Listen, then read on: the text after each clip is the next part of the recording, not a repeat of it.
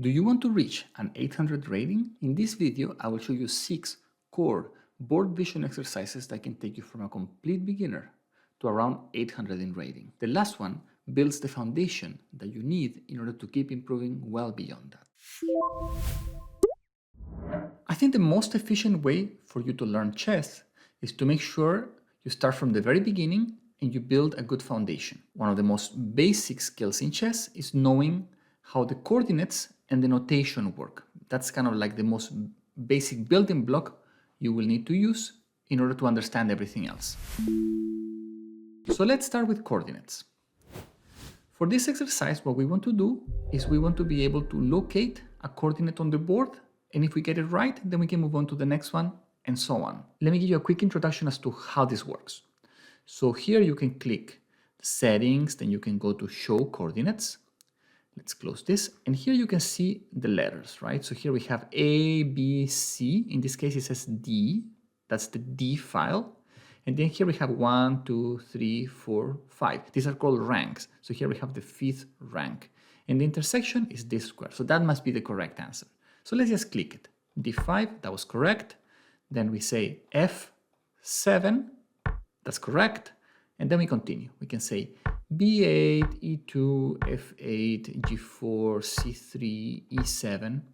It's relatively easy. I would recommend that you do this over and over for a little while until you are able to do around 30 correct squares per minute. Okay, so that's like basically 1 every 2 seconds. If you're able to hit that level, I would say you have mastered this skill and you're able to move on to something else. So let's do a very quick challenge. Let me start with a timer. So I'm gonna start. I'm gonna say B2, E8, H2, G5, E3, D7, F2, G1, H3, F8, G3, A6, G4. Okay, so we've done so far around 13, and it took us around 13 seconds to get it done. So I'm able to do about 1 per second, I think. Even if it takes you a little bit longer, that's fine. But make sure that you're able to do this fluently. Something I can tell you, and I believe when I was starting chess, my coach explained to us, is that I would say a good player can look at a board, point at a square, and immediately know what square it is. So for example, if I look at this square, I immediately know, oh, this is B7, and this one is B3, and so on. We even might remember whether it's a light square or a dark square. Those are all good skills to have. Overall, all I'm saying here is this is good foundation. If you don't have this foundation, I recommend that you spend time on it until you've mastered. Once you have mastered coordinates, the next thing you should do is try to master notation. And this is actually relatively simple once you have that foundation. What we need to understand is what the different symbols mean. So here is a very simple notation for a move. It says ... knight c6. So the ... means that it is black to play. The knight means that a knight is going to move. And the target square is c6. So let's first visualize where c6 is, right? So here we can turn on the coordinates, or we can just do it by memory. We have flipped the board, so we have to count a little bit different, right? Now we have A file, B file, C file. Okay, so that's the C file. And then we can look at the 6th rank. So this is actually the C6 square, okay? So we have a knight going there. There is only one knight that can go to this square, so the move must be knight c6, and that was correct. Okay, next. The question here is, what is the move f takes e3? So, well, if there is no piece in front, this must be a pawn move. Which pawn? It must be a pawn on the f file, so it must be this pawn, and then it must capture a piece. That's what the x means. And then here we have the 3rd rank, so this is 3rd rank, e file, so this is e3. So this notation is saying that the move should be f takes e3, and that was correct. Next, we can just keep doing the same exercise over and over. So here I would say you can do knight takes e5. So first, let's locate the square. So e file, 5th rank, that's the square we are going to, right? So a knight has to go there. Which of the 2 knights can go there? Well, obviously, it is the knight on f3. this knight can jump to e5, and that's the correct move. Okay, so I think you got the gist. Now let me show you with a timer so we can see how fast I can do this. So if I do it with 1 minute, let me see how many I can get done after 15 seconds or so. I'll start. Knight c3, knight e4, bishop c2, knight e8, rook e1, knight, this is interesting. It says knight b d2. So here we are going to the d2 square. Then both knights, look at this, it's very interesting. Both knights can go to d2. Which one is correct? It says b d2. That means the knight, which is on the b file, can go to d2. So this is the correct move. Now here it says knight takes h5. So it is this move. Then f takes e3, we've seen that one before. Then rook takes h2. I notice here there's a little plus. That plus meant check. That was the correct move. Anyway, here we can do b takes c5. That's fine. King d2, rook b5, queen e4. And here you can see again, it says plus. That means it's a check. So we can play queen e4, check. Okay, so I was able to score around 12 after a minute, but I think I took a pause to explain some things. I would say that if you're able to get done around 1 every 10 seconds, okay, it's like you know this, but 1 every 5 seconds, I would say, yeah, you know this pretty well. This is a very good exercise. I recommend that you do it. Maybe, I would recommend that you spend at least 20 minutes on this if you're not familiar with the notation, until you feel comfortable with it.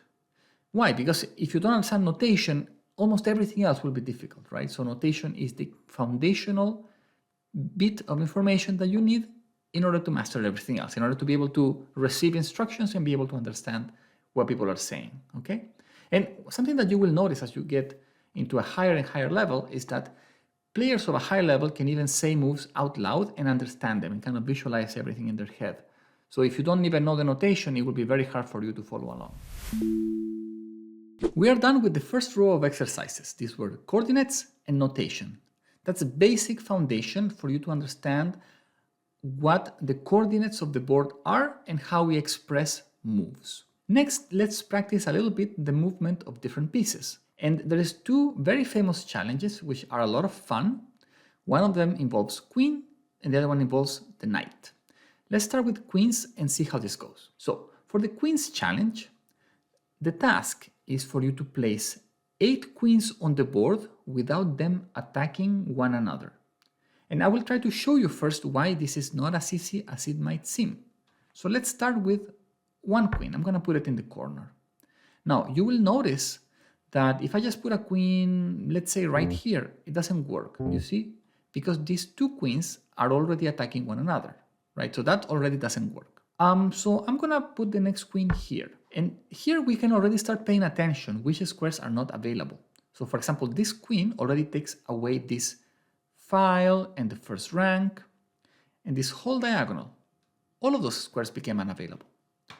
Next, this queen actually took away the B file and the third rank and this whole diagonal and this other diagonal. So a lot of squares are already kind of lost. Now, let's keep maybe going into a safe spot. I see this square looks available, so I'm going to put a queen here. Now we have even fewer spots available. You will notice that if I want to win, I have to be able to put a queen on each file, right? So in this case, I need a queen on the D file, but all of these squares, many of these squares are already taken, like the first rank and the third and the fourth and the fifth. You can maybe look at a square and ask yourself, what piece is taking that away from me? And right now, you will see that the D8 square is available. Maybe there were a few others, but that one is available. Now we have to try with the E file. And by process of elimination, we can pretty much figure out that here we don't have that many options anymore. So here there's a bit of vision and a bit of calculation you can do. What squares are still available? So you can examine one by one. If you want, you can cheat a little bit. You can just click the square and see whether it gets flagged. So here you see, these are all getting flagged as occupied. And we have 2 squares that are still available. And you might ask yourself, which one should I pick among the 2? Well, let's see. For example, if I pick E4, now when I try to do the F file, I don't see how I can do it anymore. Look at this. Doesn't work, doesn't work, doesn't work. None of this works, right? All of these squares are already taken, which means effectively we have lost, okay? There's no way that we can gonna be able to place the next queen. So this queen position is already wrong. Now let's drag it and try to improve. We can put it on e2, for example. Okay, does this work? Well, it seems like none of these squares. Now look at this. F4 is now available. So now we were able to place a sixth queen on the board. And now it's very tricky. Let's look at all the squares that are taken. So for example, we have obviously the A file, B file, all of these files are taken, right? But then also there is ranks and diagonals. So let's look at the ranks. So I would say, well, this whole rank is taken, and this one, and this one, and this one. So we have basically 6 squares left. Oh no, actually we only have 4 squares left.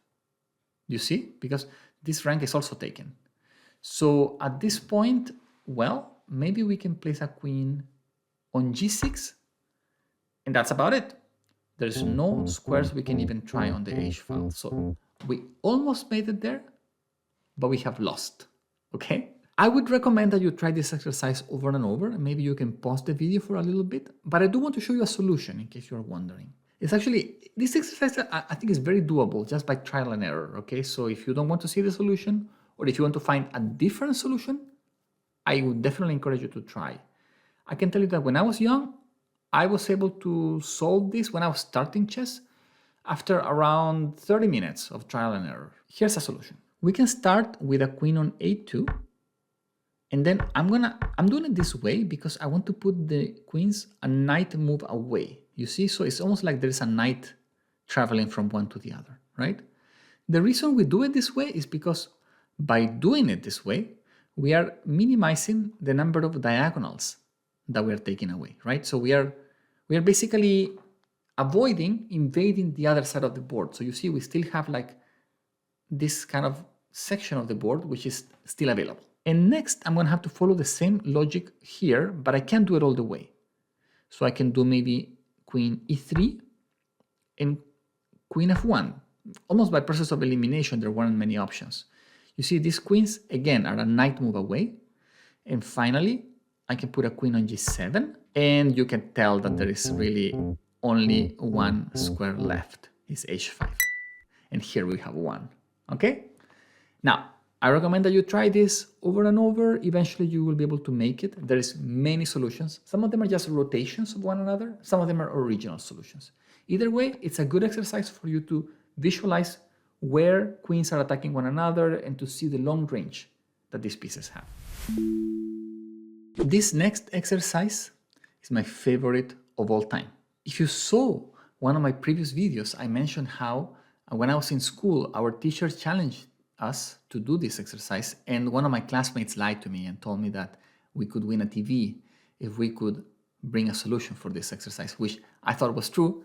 So I would say I spent around 4 hours trying to solve this. And of course, I didn't have like an app to do it, so I just did it on a piece of paper. So I would draw 8 by 8 on the piece of, on basically my notebook, and then I would enter 1, 2, 3, and I would enter the numbers, and then whenever I made a mistake, I have to start over. And then if I thought that something was promising, I just copy over the first 50 moves, and then I try again. But it also forced me to do a lot of calculation because I couldn't really undo my mistakes. So that was one of the inconvenient parts. This is quite challenging. You're not going to get it just by trial and error unless you have some kind of a strategy. But to simplify things a little bit, let's start by actually simplifying the problem a little bit. Let's start from the corner. That makes things a little bit more predictable. So you can pick that setting here. Okay, so if you pick that setting, you will be able to simplify your task a little bit. And once you've mastered it, you can try this harder version where the knight starts anywhere. Now here, all we do is click a square. And then if you want, you can undo some moves. Let's say you regret something, you can do that. Now, the first thing that you may be tempted to do is to go around, right? And try to like cover all the squares in a certain region, right? Now, this is tempting, but is incorrect. The reason maybe you're tempted to do this is because you think you're being organized.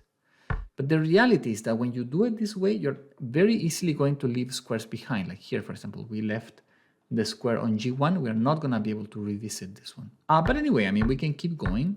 And I would say that if you're kind of organized and you try to don't get yourself trapped in a corner, you might be able to use this strategy to get around 55 points, maybe if we are lucky, a little bit more. But you can see here, I'm already stuck. I said 55 points, I only got 51 and I already lost. So, well, let's try again. So we're in the corner and then, okay, trying this strategy is not going to work that well. Let's try something else. One approach that when I was a kid I realized worked kind of well is to go around the board. So what that meant is instead of trying to fill a specific region at the beginning, just travel through every region of the board, and then eventually there's going to be some gaps that are left behind. That's kind of scary, right? When you look at these gaps, maybe you think that how are you going to save this, right? But we have a strategy for this. You will see in a moment.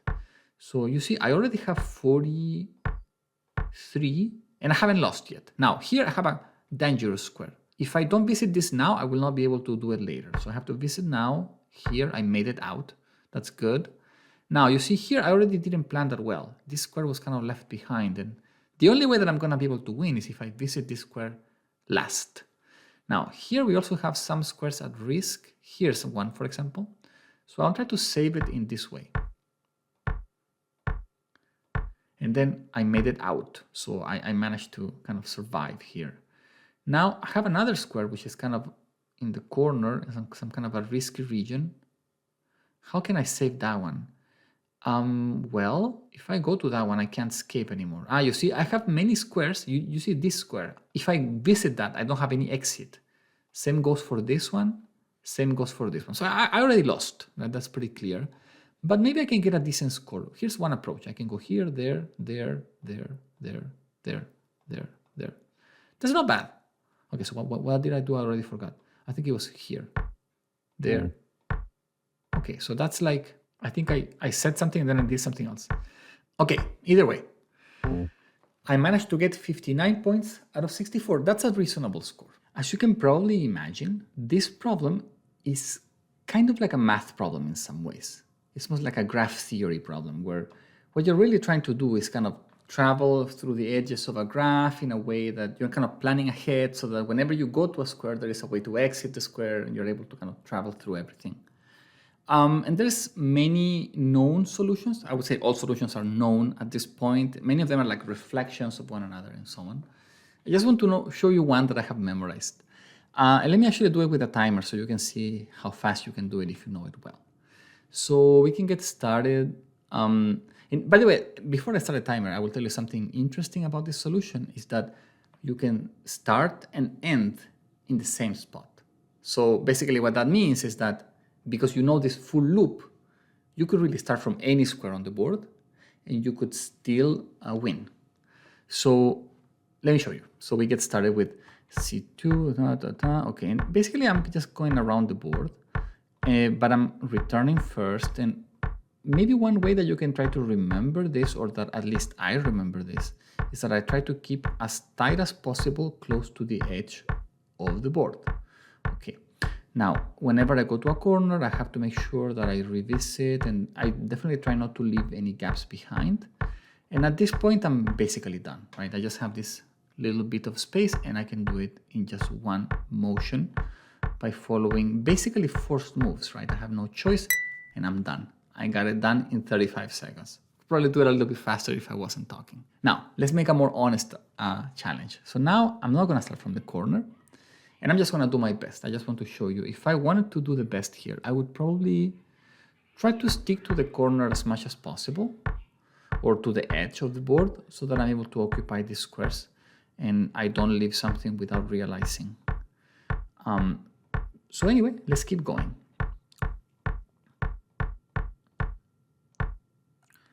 Well, I mean, here I'm in a dangerous spot already because I have these squares that I need to visit. I already kind of regret what I did, but okay, I'm just gonna try. I made it. Okay, I managed to exit that danger zone without losing. I already left this behind. I don't know how I didn't plan well. I'm so sad about this. And then I left all of this as well. Oh, no. Okay, well, this is why you should have the undo button so that at least you can recover some of the squares. But okay, I mean, it's like I didn't do too well here. I got 61. Okay, that's as well as somebody can do without kind of knowing very well, without practicing a lot. My recommendation is that you spend maybe 30 minutes to an hour, more if it's fun, and you practice until you can always get around 55 or more. I think if you're able to do that, you've kind of got the point. And I would say if you got more than 60, you can celebrate. You can think that you basically won this challenge. You've done as much as you should for somebody who is ready to move to the next challenge. So far, we have discussed coordinates and notation. That's first pillar, being able to understand the board. Next, we discussed a queen's challenge and a knight challenge. This second foundational pillar is about understanding how the pieces move and being able to visualize the board a bit better. The next thing is about being able to recall things, being able to memorize. Now, you might be thinking, well, what's the point of memorizing? The reality is it's not about memorizing, it's about being able to understand so that you're able to memorize efficiently. I will give you an example. Let's start with positions and then we'll move on to games. So for positions, the challenge here is we look at a position, we try to understand what's going on, and then we try to reproduce the position. So here, I'm just going to try to remember, we have basically a drawn ending. We have a king on d5 against a king on h4. I'm ready. I think I can remember king and king. Let's check the answer. It's correct, and we move on. Next one, there's a bit more pieces. Now, this is kind of a race, right? We have a pawn that's trying to promote. We have a rook trying to stop it. I have my king supporting the promotion, and we have the king on e6, which is trying to stop, but not very effectively. So here the game would be over just by pushing. Anyway, I think when I look at this, and based on the description I just gave you, I am able to understand what's going on. So it's not going to be that hard to reproduce it. Now I'm ready, and let's go.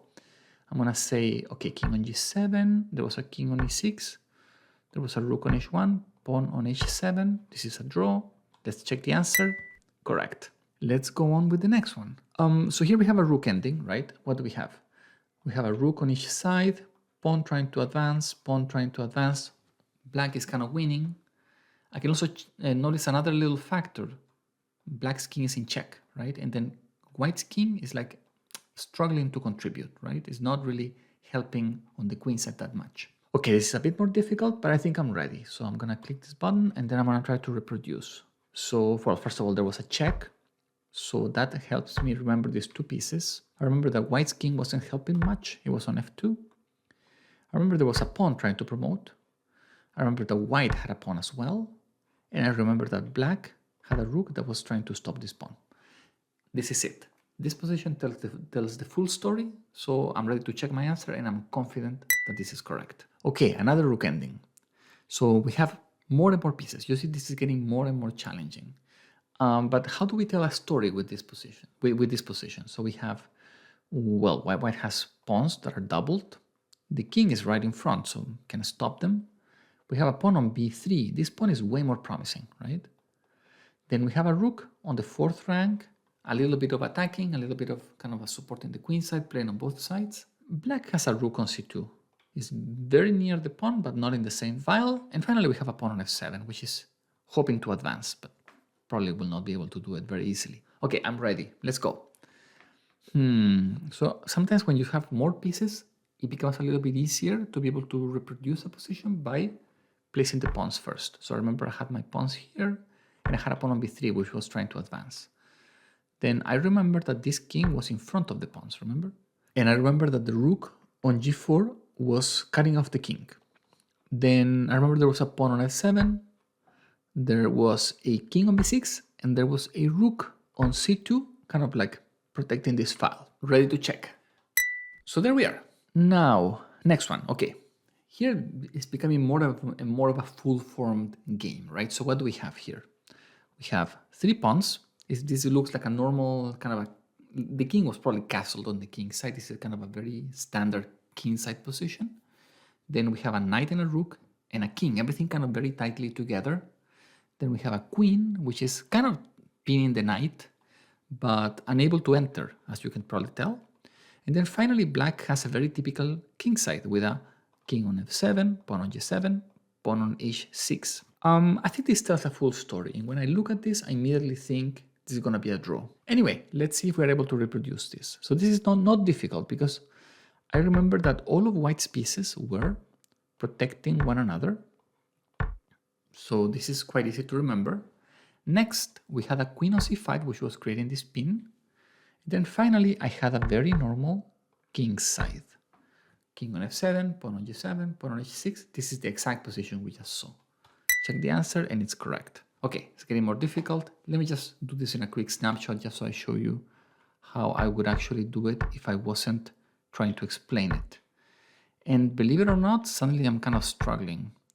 And the reason I'm struggling a bit is because I didn't take the time to explain the position, therefore I'm not 100% sure that I remember all the details. You see, when you don't take time to understand, it's harder to remember. But I'm pretty sure that this was the position. The way I'm thinking, this requires a little bit of calculation, is that there is a queen f8 check, right? And you know, that's kind of dangerous, but at least we have this bishop, and then this is probably black to play, otherwise this would be kind of a checkmate almost right away. And then, well, I mean, there's also the bishop attacking on the king side. So those are some little patterns that I noticed as I was going through this position. So this is why I'm able to remember it, I think. So let's click check answer. Whew, everything is correct. Okay, so I think we've done enough of these exercises, and I think you've got the point. But if I had to summarize it, I would tell you as follows. The ability to memorize a position is valuable. It may seem like a silly, kind of a almost artificial skill, but it's actually helpful, because if you're able to remember a position, once you try to calculate in your mind, it will become easier for you to remember where pieces were, right? So if you notice, all the exercises that we have been discussing so far are this kind of like a foundational steps that we need so that we are able to do calculation next, right? If you cannot remember a position, it will become way harder for you to calculate several moves ahead. So even if this seems a little bit boring and kind of obvious, I think it's a worthwhile exercise for you to try it out. Now that we have discussed how to practice remembering positions, we're going to go into a significantly more challenging task, which is being able to remember full games. Now, the games that we're going to review are not that long. They are actually miniatures. That means that they are games that end within the first 20 moves. The reason that this is a valuable skill is because in order to be able to remember these games, you have to be able to tell a story with the moves. So I'm gonna show you how I do this, and then you can practice that yourself. So let's go through the first example. I'll walk you through it, and then I'll show you how I would go about practicing it. So this example starts with d4, f5. So obviously the first round you have to see the game beginning to end. And as we see the game, let's try to say out loud why moves are being played. So for example, d4, okay, this is just taking center as well. There's a little bit of a hint. This is called Dutch defense, so at least we can remember that. Then here white played e4, which is kind of a gambit. We are giving up a pawn, and our opponent accepts the pawn. Then we are going to attack. Yeah, we develop a piece, and we attack the pawn. And then our opponent develops a piece and defends the pawn. Everything normal so far. Now white developed the bishop, and the opponent pushed the pawn in order to clear the way for their bishop and their knight. At this point, white could have taken and taken. And maybe when you look at this the first time, you are expecting to see that, but for some reason, white didn't choose to do that, just played f3. So as you try to tell yourself a story, you can remember that white could have recaptured the pawn, but chose not to. So anyway, we play f3, offering a trade. And after pawn takes, we get to recapture, developing another piece. I think that this exercise is great if you are, let's say, rated around 500, because it's a very good way to see what are reasonable moves. What you can tell probably is that white is following some very standard principles. The most important is controlling the center, and the second most important is developing the pieces. And white is following both of these principles with every single move. Now, black here developed their own piece, and you can probably see that black also created a pin against the queen. So now white develop their piece. You will notice that white didn't play h3. This is kind of an instinctive move, h3. Many people like to play it. But here we have an example where white didn't. So you can learn that, okay, that's not necessary. You don't always have to do that. The game continued with knight d7 developing. And then after queen e2, we are developing another piece. We are ready to castle, right? So we have pretty much finished developing. Now black played c6. And this move might be a little bit hard for you to remember. I remember when I studied this game, I was 10 years old at the time, I found it hard to remember this move. I remember that. But when I saw the next move, I found like a mental trick to be able to remember it. The move knight going to e4 has a major threat, because if you do a waiting move like a6, I can take knight takes d6, and that is a smothered mate, because the pawn on e7 is pinned. So that's how I was able to remember it. I remember that, you see, if the pawn was still on c7, this wouldn't be a threat, right? So I remember that black played c6, which allowed white to create this smothered mate threat.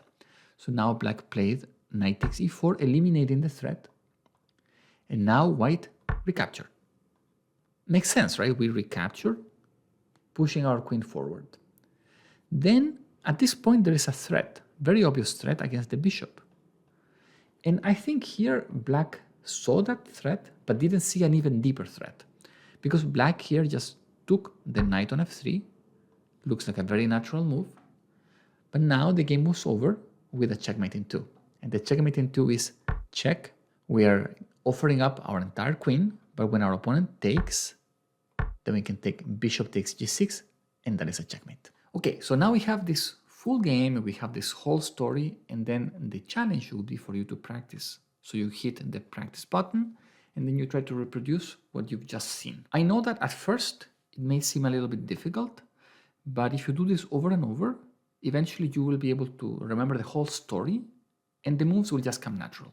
So let's give it a try. We say, okay, I was supposed to develop, and we are playing a Dutch defense. We are moving with both sides, okay? This is not like an opening trainer. We are trying to remember the full story, not just our side. Now, white offered a pawn, remember? The opponent captured. Then let's say we, for whatever reason, we forgot what we were supposed to do. We play f3. Then this trainer will tell us, okay, that's wrong. It'll make a little sound, and it will tell us, okay, this is the piece we are supposed to move. So then we remember, I'm supposed to develop the knight in order to attack the pawn on e4. Then the opponent developed. We can bring our bishop out. Our opponent keeps playing. Why do we make this move? Maybe it's another move that is hard to remember. Black made this move in order to bring the bishop out. Now, maybe at some point you forgot why this move was played. You know the way that you can remember. All you need to do is remember that at some point the bishop was supposed to come out to g4. And for that to happen, that pawn needs to be pushed. Is the only way. So that's kind of another way that you can, when you have a long line and you don't remember all the moves, you only remember certain moves, you can figure out what move needs to happen in between for the final move to be possible in the first place, right? So anyway, f3 and d6, then I remember that the knight went to f3. The knight can't go to f3 right now because the pawn is there.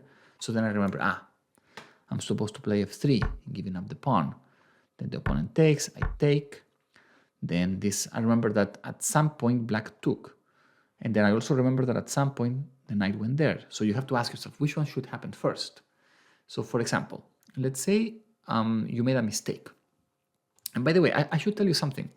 When I first learned this, I actually learned this with a board. I didn't have like an app. So when I made a mistake, nobody warned me that it's a mistake. So for example, if I made the move knight bd7, the way I find out that it's a mistake is that later, when I want to develop the bishop, the knight is in the way. And of course, that also teaches you a little bit of principles, right? Because as you probably know, the worst thing that you can do is develop pieces blocking other pieces, right? So it's a little bit of planning. So here you can play bishop g4, bishop d3. How do I remember this move? I remember this move because I remember that at the end of the game, even if you don't remember anything, you remember that at the end of the game, there was a checkmate on g6, right? So the only way that that can happen is if the bishop makes it to d3 at some point. So maybe this is the point. Then we go knight d7, queen e2, c6, knight e4, threatening the smaller mate that we discussed before. And okay, we are basically there. In this little collection, I actually put 20 games. And as a fun fact, I can tell you that when I was young, I was 10 years old and I had been playing for a few months, I memorized all 20 games at the same time. What do I mean by that? I mean that I could go into kind of like a practice mode where I would do all the games consecutive. So for example here, let me click full test and we can simulate exactly the exercise I did. This is 100% exactly what I did. So I would go with the first game and I would play d4, f5. We're just going to see the first game again, but don't worry, I'll go through it quickly. Then I would repeat this game from beginning to end, hopefully without making any mistakes, without looking up the moves, of course. And then once I was done, I would go straight into the second game. And I would remember that the second game was e4, e5, bishop c4. Now, as you can imagine, if you're going to do 20 games, you probably do like a 1 and 2, 1, 2, 3, 1, 2, 3, 4, right? It's like every time you learn a little bit more. So the first 5 games or so, I did them like 100 times. So I still remember them, even though it's been like almost 25 years. I still remember them. I'm almost a little bit traumatized by how many times I did them. But it was a really good exercise. So here I remember always being shocked by this move, right? Because there was some kind of a check on h4, but it was kind of hard to see. But anyway, here you castle, you give up the queen, check, and then mate. Then another trick that I did to remember is because I would look at the titles. So with the title and the result, I would kind of remember, okay, I think I know how this game goes. So this game was e4, e5, and here I might be wrong, but I think it was knight c3. It's kind of a very strange Ruy Lopez. It was knight f3. You see, I already don't remember perfectly. Bishop, and then here I think, oh, this is very challenging. I think it was knight to e7, and then white played knight to d5, then a6. Oh, no, bishop g4 first, then c3, a4. I do remember the way that the game ends because it's very special. And after knight a5, white takes on e5. You see, in a lot of these games, we're always giving up our queen, right? We give our queen, and then we deliver a checkmate. They always go like that. So, for example, this one was e4, e5, knight f3, d6, or knight. Then maybe bishop here, here. Okay, I cannot remember this. It was a very challenging game as well. It was challenging because it's a very long sequence, and it is black who wins this game. But overall, it's very instructive. So I actually titled this game Winning Counterplay because so far it looks like we are doing so well with white, right? It's like I remember when I was analyzing this game, I'm like, how is white going to lose this? But the reality is that the king is stuck in the middle of the board. So you get to learn a little bit about how counterplay is built. So this game goes with queen c4, threatening mate.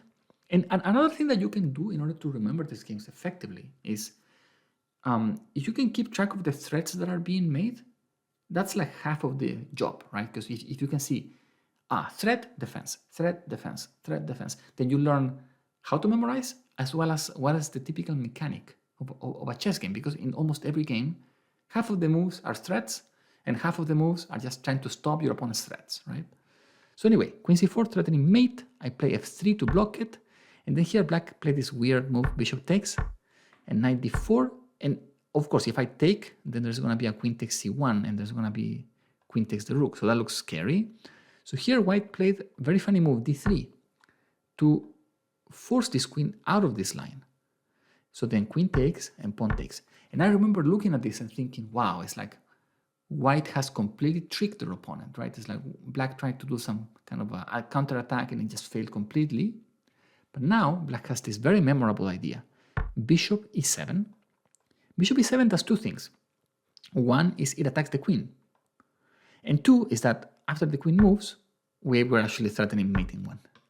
So that's actually very clever. And that pattern that you just saw at the end with the queen on d3 and the bishop on h4, that's a very standard mating pattern. So if you review this game, you're able to understand it and remember it, that's just another weapon in your arsenal. So I would definitely recommend you to do this. And I would say, in my honest opinion, that if you do the exercises that we have outlined, and you can do the last exercise well, you will be well on your way to be around 800 in rating. I would say that the first several exercises are foundations, okay? They're not gonna get you very far, but you need to do them in order to be ready for bigger things. And then the last two could take some time. The last one, I would say if you spend 10, 20, 30 hours, it will be worth it. I don't think you could ever regret spending time on those kind of foundational skills.